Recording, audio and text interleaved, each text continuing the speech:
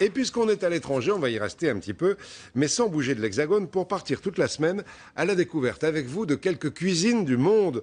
On sait que la gastronomie française est l'une des meilleures, on est au patrimoine mondial de l'UNESCO, mais il y a chez nous d'excellents restaurants de tous les pays, avec des spécialités que les Français ont appris à aimer. On va commencer avec le troisième plat préféré des Français maintenant, c'est le couscous. Elisabeth Tran, Jean-François Douillet et Rémi Meyer à Paris. La gastronomie maghrébine est une invitation au voyage, l'une des cuisines les plus attachantes du monde. Le Maroc, l'Algérie et la Tunisie partagent une tradition d'hospitalité légendaire. La feuille de menthe en signe de ralliement et les légumes du soleil. Ce restaurateur autodidacte né en Kabylie et son fils cuisinent au restaurant comme ils l'ont toujours fait en famille. Sur le marché de Belleville à Paris, à la recherche du temps passé à Tizi Ouzou. Alors je vais vous préparer un couscous de Kabylie. C'est un couscous à base de légumes comme les courgettes, les carottes, les navets et le céleri. Donc en Kabylie, on faisait tous les vendredis le couscous et on reconstitue, je dirais, les mêmes ingrédients et le même couscous que ma mère faisait en Algérie. Commencez par travailler la graine à sec avec du sel et un peu d'huile. Rincer, puis laisser gonfler la semoule. Pendant ce temps, démarrez la base du bouillon avec les oignons et les viandes qui donneront du goût.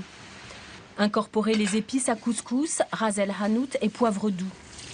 Ajoutez l'eau, le concentré de tomate, la pulpe de tomate fraîche, puis les légumes et laissez mijoter. Les viandes grillent à part, le choix est illimité. Brochettes et côtelettes d'agneau, boulettes, merguez, poulet. Toutes les régions d'Afrique du Nord, chacun a sa recette particulière. Mais d'où vient le meilleur couscous alors? Chez les Berbères. Chez les Marocains. Le couscous, c'est quelque chose de... Ça paraît facile à faire, mais en faire un très bon, c'est très dur. Voilà, c'est des petites nuances. C'est pas un plat lourd, basique, avec un mélange de goûts.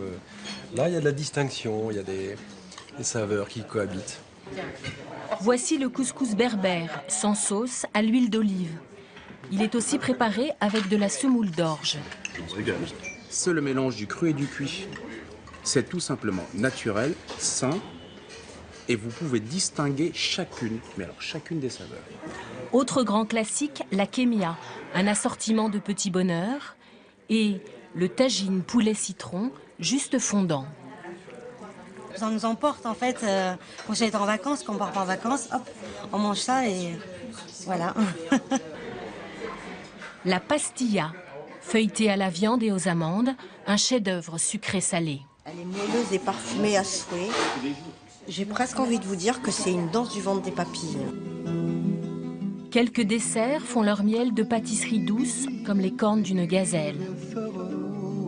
Gâteau de semoule à la fleur d'oranger et glace au lait d'amande, crêpes berbères et glace cannelle. En souvenir